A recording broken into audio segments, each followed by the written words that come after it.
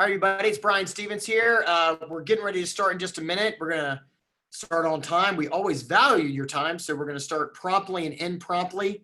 Keep telling your friends about this and keep coming back. We've got kind of a cool presentation today.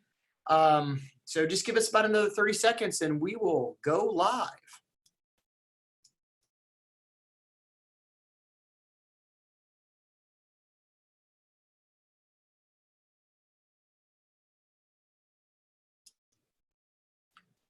We're going to let a few more people come on right now. And I bet we're all kind of used to these Zoom sessions now, even though I just had a whole new format from another company. Go to meeting, WebEx. Somebody even mentioned Skype the other day to me. I didn't even know that was still around, but yeah, Skype is still out there and a few others. So keep downloading new programs. So we're on Zoom today. I hope it's still working for you out there. And we really like to thank our sponsor that's providing the Zoom platform, which is Waddell and Associates. They're always a great partner with this. So today, pretty fun lunch in the nose session with one of my mentors and pastors, Keith Norman. And as always, we're going to record this session. We're going to send it out, so you don't have to take a lot of notes. We're going to be talking a lot about leadership today, and Keith always got great information for that. We're going to start going to this every Thursday platform going forward. So every Thursday, high noon. We don't have the topic yet for next week. That'll be coming up really shortly. Thinking about employment law. I'm getting a lot of questions about people coming back. Some people don't want to come back. How should we handle that? We've got a few things on deck coming up, so be on the lookout for that. So we do have an awesome sponsor, Independent Bank. Linda Barnes is with us today. Linda, if you want to unmute yourself and pop your screen up, that would be fantastic. Linda, you've been still busy over there. How's everything going at iBank? And thanks again for sponsoring this and allowing it to go to even non-members for everybody out there. So I really, really appreciate everything iBank's been doing. Oh, well, thank you, Brian. As Brian said, I'm Linda Barnes with Independent Bank, and we have been busy at as you can imagine, a variety of things. Today, it's preparing when are we gonna get our lobbies back to an open forum. So, and how do we make sure to keep our customers safe and our employees safe? So every day it's a new thing. So today, and all of it is about Independent Bank being a leader in the community, in our industry, and the leaders that we employ and how they connect with our customers and our customers of tomorrow. So please, as always, reach out to us if we can be a resource. I love today's topic. One of my favorite quotes in leadership, because everybody has favorite quotes, is leadership is not a position or a title. It is action and example. And by individuals of Independent Bank and the bank itself, we are trying to be that action-oriented organization for everybody. So we are honored to have you in attendance today, and most definitely honored to have Reverend Norman with us. And I will turn it back to you. Thanks again. Thanks, Linda. And I hope everyone really pushes us out and lets us know about this content. One, iBank is providing this so that we can give you these services, but we do need, if you're not a member, like, join up. There's a lot of levels for this, and we can't do this without great sponsors like iBank. So thanks a lot, Linda. Really appreciate it. Thank you. They've decided to stay on and allow us to continue to produce this series on a webinar. At some point, we're going to get back to doing this live and in person. And I'm going to talk a little bit about one of my buddies right now. So Pastor Norman, if you want to put on your video right now while I talk about you in front. Look at him. I'm in the office working, and I don't think you're really at the beach right now. I think that's all fake. I think it's all, I even learned how to do all that stuff. You won't know. Yeah. It's we don't know where he's at. But so, this is an interesting little caveat before we get to you, is that a person just posted up freeconferencecall.com. If you don't have this service yet, there's a lot of good free options to do these recordings that you can do. At our office, we use some of the free stuff, we use some of the paid stuff, because like I'm doing media training. Our company, Case of Public Strategy, specializes in complex communications. We're doing an online media course for the first time, media training for some individuals all online. So we have a paid service, but there are a lot of awesome free services out there, and your chamber representatives can probably help navigate that for you. Okay, so let's get to the show real quick. So Amy Daniels, our buddy at the chamber, and I'm a board member. That means technically I'm her boss, and she really lectures me and our great guest, Keith Norman, today. The first thing she sent me is, remember, boys, no cussing. What? Me? As a former Army officer, you're asking me not to cuss? I'm really going to do my best, Amy. She's probably losing her mind right now. So Keith he's one of our regulars for Lunch of the Know. He comes back once a year. He was supposed to be here in March for a live session. We had to push him. And apparently we both said the H double hockey stick word last time or something. And, oh, she got so upset. So Keith, they're recording this. We got to watch our P's and Q's. Got to watch all those T's today, all right?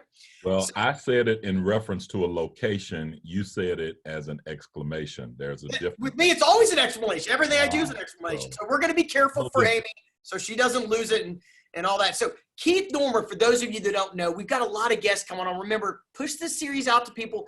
Ask them to come back next week. You can get this on the recording session that the chamber will send out to you. So Keith Norman is a pastor, long-term pastor, a mentor of mine, and leadership is like everything he's been in charge of leadership wise over the years. He's been at you've been at Baptist as the government affairs vice president for a number of years now, but he's also the pastor at First Baptist Church over on Broad, NAACP. I mean, all kinds of stuff that he's led. So no better person really to talk about leadership right now for us. So I'm going to turn it over to you. But remember, everybody, if you got questions, you can wiggle your mouse if your screen goes dark or it's just a big picture of Keith. And you'll see a little button that has Q&A on there. I'm going to monitor that. I'm going to try to bag up some of the questions that might be similar, and I'll start to fire those to Keith, and we'll do the best to see how many we can get through today. So, right. Pastor Norman, turning it over to you, and you gave me permission to interrupt you, sir, so thank you so much. So thank you, Brian, and thank you, Linda, our sponsor, and thank you for the work that the chamber is doing. Let me pause and give a shout out to a mentor of mine, Fred Davis, who went on for over 80 years, had a great career here in Memphis. He passed the other day, but I learned so much at the feet of Fred, so I want to give kudos to him. I want to talk today about leadership in action, and that's the operative word, in action, or phrase, I should say, operative in action. I think most of you know leadership. It's not a new subject, and like Linda said, it is an active word. It is an action word. But this present time that we're living in right now has defined it like no other. In action, it literally means autopilot is cut off. So for us here in Tennessee, and I know there are many people across the Shelby metro area and maybe some even from outlying areas in the Mid-South, but for us around the 1st of March, March 9th specifically, March 8th, when the press conference was announced, we cut off on autopilot. Everything stopped in our city, and we had to learn again how to lead afresh and anew. And so many people had to cut off the autopilot and say, let's hop in the seat and let's land this plane, or let's guide this plane. And so I want to talk a little bit about that today, because a part of leadership is what I call disciplined decision making. And how do you make those decisions, especially when you don't have enough or all of the information? As we realize, coronavirus or the COVID-19 pandemic came out of nowhere seemingly. We heard about it. We were getting some information. We didn't know exactly how to embrace that information. I'm a person in healthcare. We were getting updates on a regular basis, but we, probably did not expect all of what we're seeing right now. I told one of my sons, I said, it's akin to driving very fast and all of a sudden the highway runs out. You have to make a sharp left turn with one hand over your eye. So all of a sudden you got a limited amount of information, you got limited visibility, and you got to change course. So that's a very difficult thing to do. But here's what I'd like to offer for people who are there now and people who are careerists right now and people who are looking to restart organizations, and how do we navigate right now? What's next? What do we do?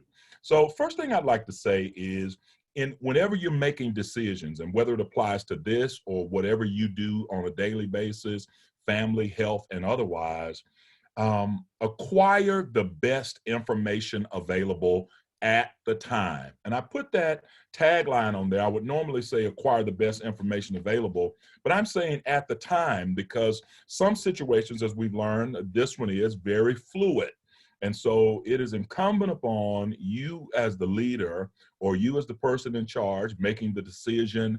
If you're the CEO, if you're the CFO, if you're the director, if you're the manager, if you are the person who is just organizing the daily affairs of a workspace, a workplace, make the decision by acquiring the best information that you have at the time. Information can be slow to develop, or scenarios can be slow to develop. But when you take the information that you have and you sift through it, and you know that your sources are credible, and you know that the information is good, you can make a good decision for that moment.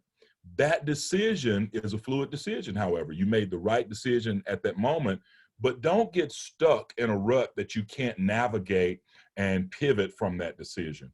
Many organizations will do that. I'm a part of a church and it's historic, and these churches can do that. We can get stuck in a rut and be successful on one decision and never turn or never pivot. So I want to invite you, first of all, to acquire good information. And then as you acquire the best information available at the time, and notice I'm saying the best information, don't be so caught up with right or wrong, because in some cases you can be so focused on getting the right answer that you're waiting too long to get the best information. Don't get frozen in that particular area. Then go into the area of not only acquiring the best information, but the second thing I'd like to share with you, and these are my two overarching points with some sub points today, or three overarching points. But the second one is chart and choose. You got to chart a course and you got to make a decision. You got to choose. So once you get the information, act on it. What I've seen in so many cases is that we begin to acquire information, and then we become information hoarders. You know, we got all of this wonderful information, and then we don't pivot or make a decision. I see Brian on the screen. He must have a question he wants to jump in there. Well, you know, Keith, Pastor, we were talking about this earlier, and the amount of information, before you start to get onto your other point, the amount of, we're getting stuff from federal government, our companies, there's so much data. You're talking about being flexible, but you're also talking about making the call. At what point do you have to cut the information? And how do you, even as a leader, I mean, I'm a former Army officer, and sometimes I have a tough time making the call.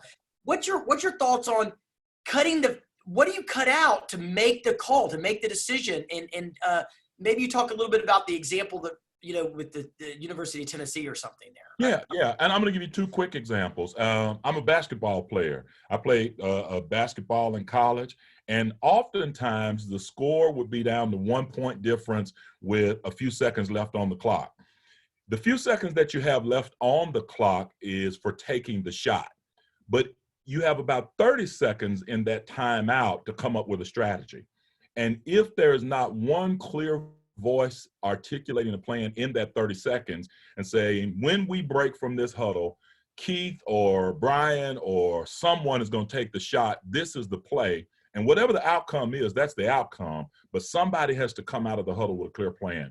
What I love about this is, and I used the University of Tennessee as an example earlier because I was on a phone call with Randy Boyd, the chancellor, president there, and we were talking about his decision to shut down UT early on when this information came forward. College systems, large and small, all over the nation were vacillating. What will we do? We're going to shut down for a week. We're going to get 2 weeks of information. We're going to see. Randy came out and he said, we're shutting down. This is when we're shutting down, and we're going online on this day. He clearly made that decision from a well-informed acquisition of real good knowledge and had a lot of good people around him informing him. But here's what he did. Rather than having a decrease of contact hours, they actually had an increase because they seized the moment. They made a decision. They charted a course. Then they said, we got to choose. And then subsequently, he has come forth to say, we're opening in the fall. By getting knowledge and charting a course and choosing, you can focus your team's energy on the right pathway. I'm reading a great book right now called Leaders Eat Last. And a part of that book, Simon Sinek is the writer. One of the things that he talks about in there is why some teams win and some don't. And it's because the leader gets up and charts a course and tells the team, here's what we're going to focus our energy on. This is the direction we're going in. And so I think it's very important to acquire knowledge. And then you're right. Don't get in the information highway. You can Google and Chrome and Firefox all day and all night long. I mean, because there's an article that counteracts or shuts down another article or contradicts another article. So, you're going to have to get information, and you're going to, in my discipline, I'm a praying person. I pray about it. I have a pyramid of leadership that I focus on right now. And my pyramid of leadership is what is the best information from the World Health Organization, the National Institute of Health, the CDC. That's my ground level. My second level is what are the state and local governments saying? What does the law say? But my highest level is what does the Word of God say? So that's what I choose to do. So I offer that to anyone else. But lay a good foundation, get solid information, make sure you're following the laws. If it's 10 people in a space, 30 people in a space, don't try to do 35, don't try to do 40, do what the law says, and then have wise outcomes, prayerful decisions that you make. What else, Brian? Brian, here's a question I want to deal with too. One example in that was that we discussed this, and this was something that I had a lot of colleagues to ask me. I had a lot of people to say, should I have taken the PPP, the payroll protection for our company? And that's a personal decision, because if you don't understand the outcome, then certainly it is a loan that you would have to pay back if you don't understand that going in. But the way to have grace and not have to pay back that loan are to follow the criteria and make sure things are organized and you get them done the right way. But there's also something else to that. That means that before this moment, some business principles had to be followed in years prior in order to qualify for it. So most certainly it's about acquiring the right information and then making that decision. So Pastor, and he's a vice president. I always call him Pastor because that's how I got to know him 100,000 years ago, I think. Let's stay on leadership just for a minute, all right? Because I think a lot about positional leadership versus permissive leadership. And John Maxwell kind of capitalized on this. A lot of times we're in a position of positional leadership because we are a manager. We have that title. I bet most of the people that are listening today are in charge of somebody else, or they want to be in charge of somebody else. Right. And the first level leadership, they often say, is you're in a position. Maybe you're just the president of your homeowners association. It's a positional leadership. It doesn't mean people really follow you. In the permissive leadership, you're talking about people that are making the call. I want to get to flexibility in a minute and how to change the course once you made the call, but it's really tough. How do you see a person kind of moving from this positional leadership to this people then giving you permission to lead them? What are some of those attributes? You got to earn the right to be heard. I use this and I say it all the time. Whenever I come into an organization or whenever I become the person who has attained a position, I realize that in order to get the people there to allow me to lead them, I must earn the right to be heard. That involves a lot of things. You got to understand the organization. You have to understand the culture of the organization. You have to understand the needs and be compassionate towards the people. Although those things cannot override your decision-making every day, you must understand those things, and you must earn that right to, first of all, just be in their presence. You have to earn the right to be heard. You can't just come as a person with credentials, so to speak. I have a degree, or I filled out the paperwork right, or I knew the right person, and people just say, oh, well, you're the leader and we're going to follow you wherever you go. People have vested interest in organizations most of the time. People don't want that. They don't care what you know. They want to know that you care. And we say that all the time, but it's really important. And especially in pandemic moments like we're in right now, people want to know, where are you headed? Why are you taking us here? And is it safe and good for us? Well, Keith, as we move up the leadership track from positional leadership to permissive leadership, let's stay right here in this space of the world that we have today. Mm-hmm. People are coming back online, and companies have got a lot to wrestle with. right now. Lots to wrestle with. I mean, you were talking about the law earlier, and I mean, I went to law school to learn how to bend the law. Well, bend the rules a little bit. My wife went to law school to learn how to enforce every law. So I get the law thing, and I think that fundamentally that's the background. But one of the issues we got is you get differing reports now on differing days, and the law, we don't really know what the law is. It's moving so quick. But you're talking about caring about people. So if you follow the rules, what are the other things that you should do to make sure that you're caring for the people to kind of rise into this? Now they want to follow you. What are some of those attributes that they really need to be thinking about as they're bringing their teams back into place? What should they be communicating to them? What should they be saying to them? So, Brian, and I'll make this call and use the background of the church that I serve. The law says we can begin to assemble and we can begin to gather at certain percentages of our capacity in the building. So we get the fire code, we divide that number by 25% or by 50%, and this is how many people we can have in the building. However, I understand by and large that this disease impacts, or at least in Shelby County, the African-American community by about 70% death rate. About 68% of the people who have reportedly had COVID are African-Americans. And so the cluster effect that we've seen around the country, 44 people died at a church in New York. Albany, Georgia was another hotspot. The churches were outbreaks. There were 2 churches in Tennessee, both African-American. So I realized the law is clear, what we can do. But because I care and because I am gathering best information and I'm using that information to apply it to my decisions, we've chosen to remain closed. And it's a balanced conversation. So you have to make those decisions. There are some banks right now that are still closed. There are some restaurants that are still closed because they recognize that the experience that they hope to deliver is watered down by trying to open up on a small scale. And just because the law says it, the scripture even says it this way: all things that are lawful are not necessarily wise. Well, but there are certain businesses that don't. I mean, we're in business disruption. One of our service lines, for instance, is crisis communications business. Right. We are stopped. We are busy building plants. I mean, we don't really have, this is the time, I mean, essential, you're working a hospital. You got essential workers. So, I mean, certainly if you have that option, but from a leadership standpoint, I guess you want to convey that the reason why we're not opening is because we're care about you. But the reason why we are opening is because we got to care about our clients. We got to care about our customers.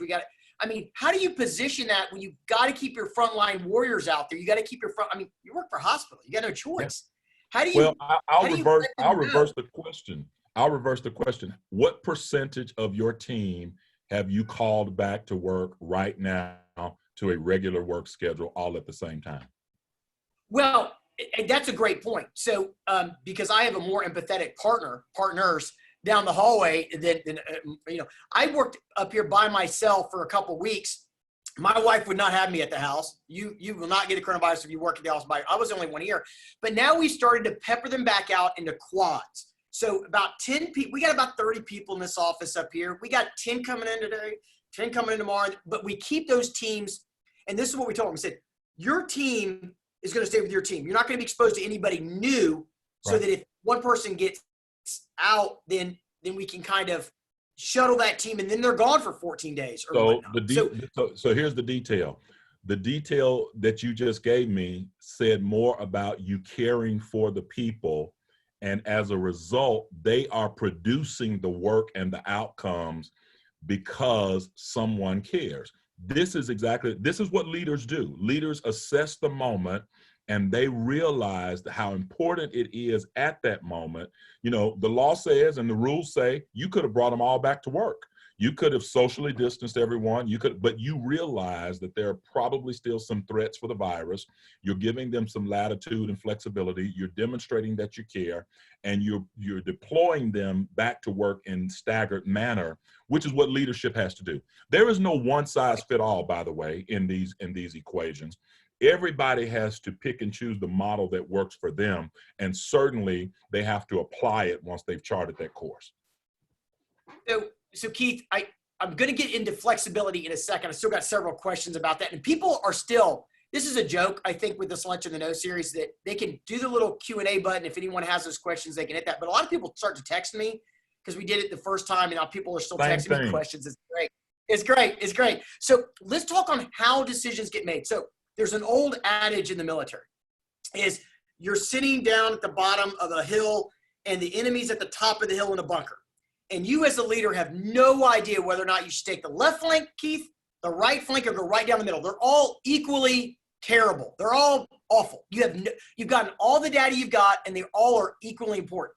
And what the Army will say is, well, you've got to tell your troops what big one. You just got to say, it's the left flank, it's the right one, and you can't give them all the data because if they question, this is actually a life or death situation, kind of like what we're in now, right? So when we made the decisions here in our shop, we shuttled, we went home, all isolated pods. Then we brought them back up, and they were ready to come back in. I mean, I'd come back in, and I'd find 3 or 4 people here one day, and I'd be like, oh no, poof, go. But they were kind of sick of being at home. So Paige has got them now coming in into little groups, segmented off. We bring food in for everyone so they don't have to have exposure. You know, at Baptist, how do the leaders come together and make the decision on what the non-essential people needed to do? Because you have office staff, you have lawyers, how did you guys make that first decision? And then we're going to get into how to be flexible. Well, first of all, everyone there realized that this was the time again to roll up your sleeves and jump in. There was no autopilot, and everybody's job description changed. That little line number 20 on everyone's job description that says, and other duties as needed, became item number 1. So all of a sudden, my role became sourcing PPE. My role became how do we get food to people in places who have been quarantined. My role was how to tear down government walls.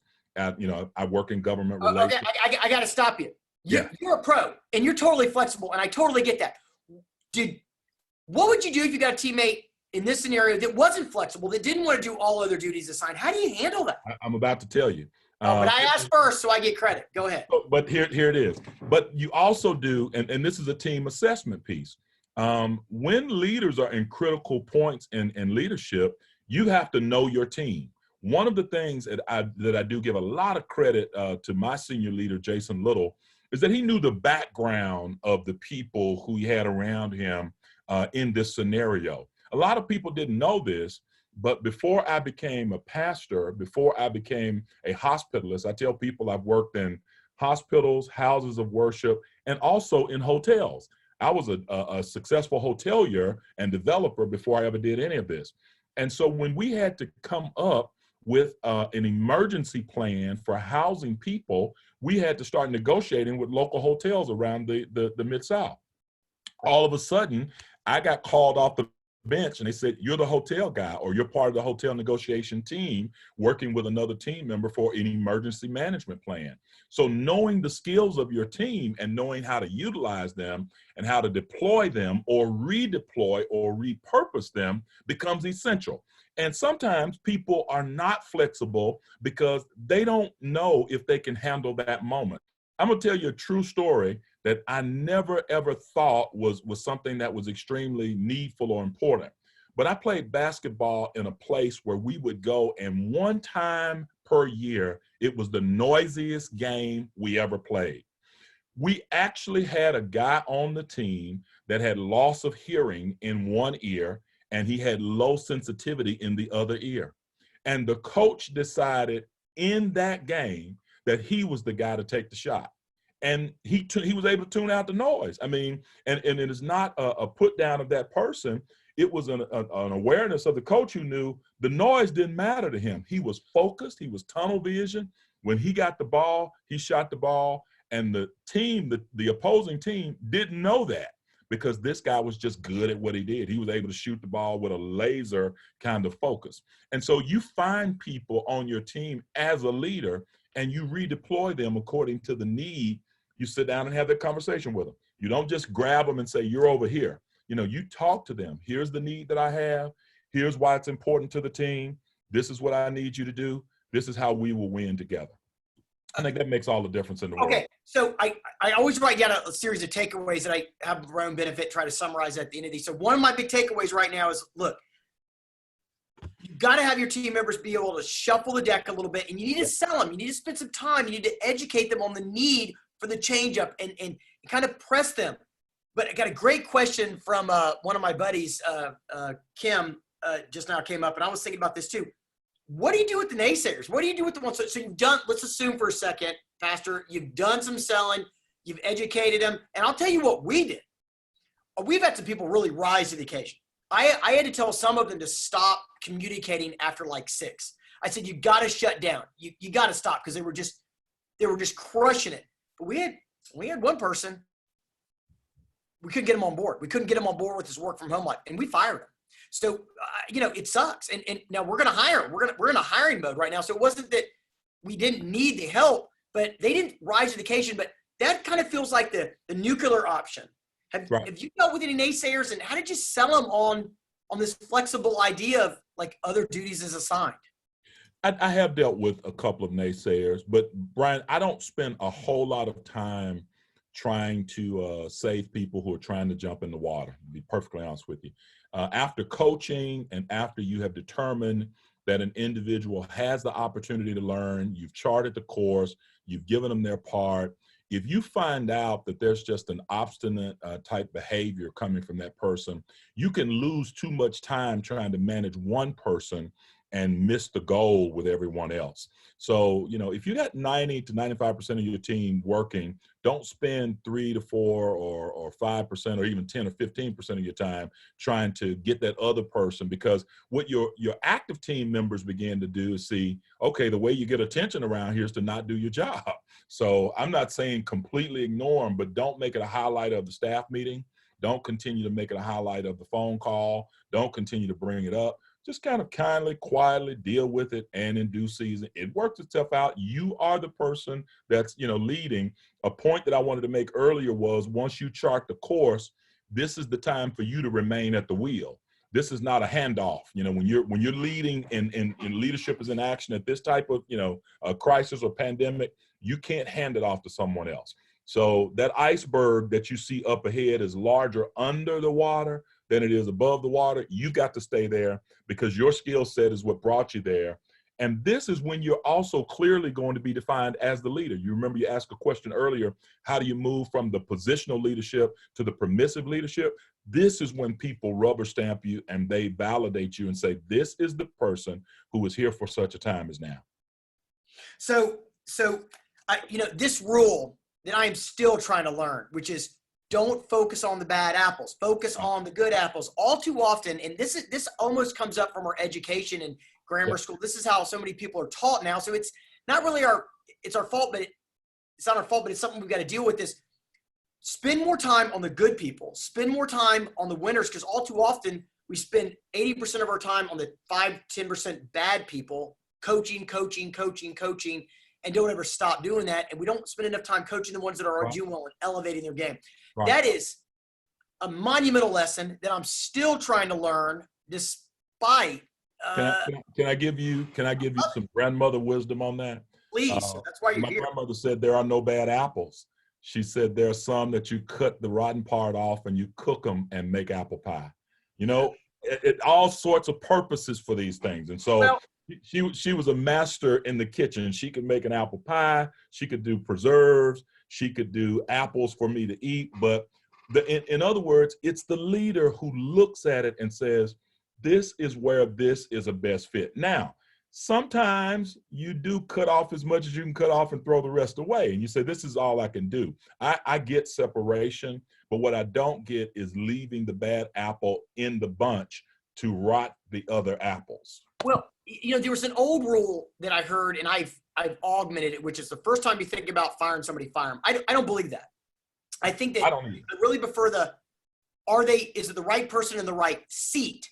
And so the first thing you should do is move them. And that's exactly what I'm taking away from your grandmother right now, which is, okay, maybe they're not a good apple in that seat. And we have from time to time moved position and said, oh my God, what a shining star. They did so well in this process project management space, not so much in the creative space, or vice versa. And then after you wrestled with that, then you've got to kind of make the call at some point after you've moved them a few times. And so I like to struggle a little bit. Maybe I struggle too long with people, maybe not enough, but you as a leader can process that in your own world. But I do think it's important to shuffle the deck. An old general told me, he's really old now, but when I was a young officer, he said, look, a new broom sweeps clean. Sometimes you just rearrange the deck and see what happens before you. I think that's what your grandma was saying. Make them something else besides just an apple. That's great. Okay. Yeah, repurpose them. Yeah, repurpose. Are there any other questions? Huh? Did you have other questions? I had a few that were popping in, but go. Well, why don't you answer one of the ones that you got? And I got lots, and we're going to see how much time we got here. So go ahead, Pastor. Well, first of all, there's someone who knows you and says Brian is a trip, but I won't. We'll get into that later. Another question that someone asked me, and I jotted it down, was what do you do when you can't get the right kind of information? This is very important because there has been a lot of confusion and there's been a lot of vacillating. And what happens when you can't get information from your organization specifically is what they're saying. Well, any organization that is not communicating to the downlines and to the people who actually make things happen, that organization is probably not really shoring up its own success. One of the things I recognize in every organization that I'm a part of is that I'm the most visible person, but the people who carry out the task are the most valuable players. And so if I'm not communicating to them what they need to know, the need to know information and as much information as possible, I can't hold them accountable to any decisions or to things getting off track. So I think it is important that we have constant communication. I think we get as much information as we can. I think you ask questions.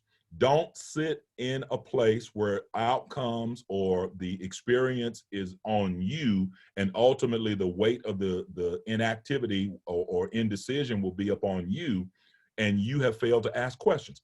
Ask questions, write them down, send an email, have a record. I'm trying to find out what to do. Ask the right questions and get that information any way you can. I'll take another one from you now. Okay, cool. I was writing down some. You were actually frozen, but. And I just got somebody that said, Brian, use your indoor voice. This is my indoor voice. This is it, man. This is my indoor voice. You don't want to hear my outside voice, all right? And so my wife says if I'm not training at least 20 hours a week, I get even crazier on my bike. Pastor, you know that. I got to get that energy out somehow. But it's fun. I really enjoy this. So flexibility. So let's assume for a second, the leader has gotten this intel and they got as much intel as they could. They asked a lot of questions. They baked it in. They heard from a lot of people. They learned to be quiet and listen. And then they said, this is our path. 100 options on the table, and they picked their path, right? Mm-hmm. And now let's assume that the timelines move forward a little bit. New data is coming. They have to say, we're taking the hill on the left side. We're opening up now. We're going to rotate. We'll rotate 1/3 of our team. But our flexibility in our plan was, well, that could change. And we've been putting it out that we could go back to home. We could go and cut the teams in half. How does a leader still grow into that outside of positional leadership and grow to permissive leadership, but then have to change course based on new data? How should they present that where it builds confidence in them with their team? So one of the things that you start out doing, Brian, and I'm big on this, is never present yourself just because you're the leader as the person who has all of the right answers. Great answers come from within an organization. Many years ago, I'm dating myself, but there was a book entitled The Learning Organization. The Learning Organization is built on the premise that we learn from from one another, and everyone has something to share. And it's the slightest tidbit of information that we allow to come from the most unlikely source. So when the leader creates an atmosphere for everyone to contribute and to have input, we come up with better decisions. You don't have to have all of the right answers. And that way you make it more of a nimble turn or an easier process to say, hey, we were going this way, but I learned something else, or I heard something else, or, you know, person A or John or Brian told me this and I didn't know it. So now that I know that, I'm going to go in this direction right here. With new information, you can expect a new course. The course that you chart is not, that's why you stay at the helm. You stay at the wheel so that you can gently turn and re-navigate, because we don't get it all right from the beginning. You know, if we got this all right from the beginning, especially with coronavirus, everyone would be wrapped up in plastic bags and at the house right now. But what we're learning little by little is how the virus spreads, how it goes from one place to another, what we can do, what we can't do, and that is making a difference. So how much information do you give your teammates when you're course correcting? You say, look, I've looked at the facts and here's an adjustment. I've asked you to be flexible. Or do you want to give them, you know, it doesn't depend on their level. I mean, how much information do you want to give them that you baked in? You know, some people say, do this, you know? Brian, you know, sometimes I'm a little bit too flexible when it comes to levels within organizations. I believe in people. I believe in people over performance. I believe in individuals over job titles. I think that we are in various places for different reasons, but all of us working together is what makes the organization really flow. There is an individual, you know, I had this experience at the church one time, and I thought it was real funny. This person united with our fellowship, and she was so excited about what the church was doing, and she was so excited about being a part of the church. She was a great supporter. She gave to a lot of the causes, to different things that we were doing. And man, I felt so proud, because I was like, man, look at what we've been able to do. This lady came here and heard me preach a sermon, and she joined the church. And she told a story one day, and she said, I joined this church because on the parking lot, a young guy helped me with my car. It was raining. He put an umbrella over me and walked me to the door and then parked my car. And she said, I realized I just gave my keys to a perfect stranger. And then 5 minutes later, he came back in the room, gave me the keys to my car, and told me, when church is over, if you come stand at the door, I'll go and get it for you. And so I realized at that point that it wasn't about who was at the top of the pyramid, but it was about who was holding up the pyramid. It was about the people involved in the pyramid, or all of us working together. So I think what we have to do in these organizations, we have to share information. Now, there's some information that is obviously case sensitive, and some information that probably does not resonate at every level. Sharing the clinical data of what N equals in the equation when it comes to the denominator and trying to figure out the caseload may not matter to everybody, but it is important to share with everybody the why. Why are we doing this? Why is this important? And why are we going in this path? I'd love to hear you say, explaining the why and filter it down for the team. Yep. I come from a background of a very hierarchy structure with ranks. Our company's not built like that. It's built in pods, and the why is really important. So conveying information for the why will actually allow more team members to increase. We're running pretty quick on time, but I got to get to one last question for you, Pastor. And I want to talk about ego, and I mean the leaders' ego. There was a study pointed out by Rasmussen about these small business loans, and a lot of small business owners it put in a survey they did not apply for loans. I don't want to talk about the application process, but it struck me that they didn't trust the government. They didn't think it was going to happen. They weren't going to get their. It felt like they didn't really gather a lot of knowledge, and they just stopped short, and they weren't getting intel. And some of it felt like their ego was in the way. They're biased before they got this. This is a situation that's never come. This forgivable loan thing, I did not believe. I did not think it was real. Heck, we're going to apply. We applied. I think we got something. I don't know. And I'm not really counting on it, but because I had partners to get my ego out of the way and just apply for it. So how do you get your ego out of the way to listen to more people when you're leading? So Brian, first of all, you called them businessmen in the beginning, and I question, I question business people who, you know, make themselves wiser and make themselves business, conglomerates without reading details. What business person wouldn't think that it's a good deal to ultimately accept free money? I mean, that's what it boils down to. You're in the business to make money. You are taking a loss possibly on production or on man hours, woman hours, and you have something to supplement that to offset it. That's a great deal. That's a great business deal. And so somebody missed the boat on that. But ego is not something that easily goes away at moments like this. This is why you have to check it at the door from the very beginning, and realize the value of people around you. The effective teams, the great teams, according to Simon Sinek, Leaders Eat Last, they take care of each other, and the leader takes care of the people and make sure that they are well. I don't talk about a lot of things that I do personally, but I can guarantee you before any PPP was taken at any of the organizations that I operate outside of Baptist, I made sure that my staff was taken care of first. And I made sure that they were well. I got ego out of the way. It wasn't based on my survival. It wasn't based on, things rotating around me.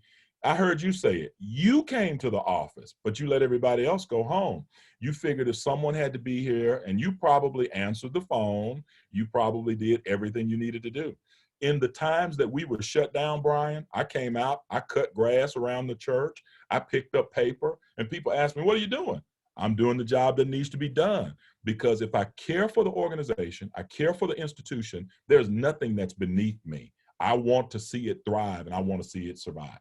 Wow, that lead by example reminds me when I was a young officer, I was walking with a general, big deal, right? And he bit down and picked up a piece of garbage. He didn't say anything to me. He just did it. And I pick up garbage everywhere I go now because of the way that he led by, and it was a he in that particular case, led by example, but I did deal with female generals too. Thanks for calling me out on my lack of pronoun knowledge, but you're right to do that. I get going a little fast. We don't have, well, I got to wrap this up, Pastor. I think we could get to a lot more on this. I've got questions fired, but let me go ahead. I got one that I wanted to deal with. Can I deal with one? Absolutely. Yes, sir. Someone asked me to summarize it up. They said, wrap this up for me. I'm making disciplined decisions. I'm acquiring the best knowledge. I'm choosing a course. I'm getting questions. I'm, considering timing. Wrap it up. Give me one word. And I just wrote down the word launch. Launch. You brought me to that. 3 pathways, left, right, and center straight. I have calculated the team. I have made sure I know the information. I know, what I know about what's up ahead. And I'm at this, fork in the road, for lack of a better word. I can either continue going on the path that I'm on straight, or I can hard left, hard right. I have to make a decision. I have to choose. I have to launch. Be okay with not being right.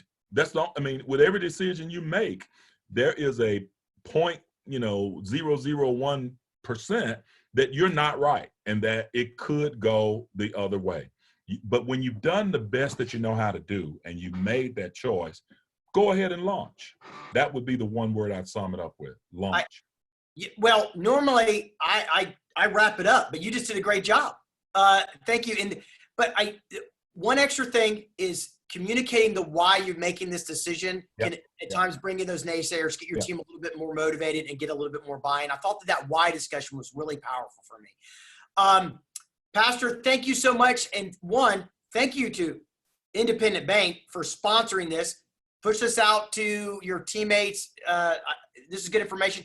Keep contacting your chamber representative. Let us know what you want in these things. This is for you, and we'll bring you to the best people we can provide, just like we did with Keith Norman today on leadership. We'll do this again next week, high noon. The topic, Amy and I, with your feedback, will be pushing it out to you. And hey, once again, we thank you, and we hope you're safe out there. So keep rolling along, everybody. Thanks a lot. Thanks. Bye.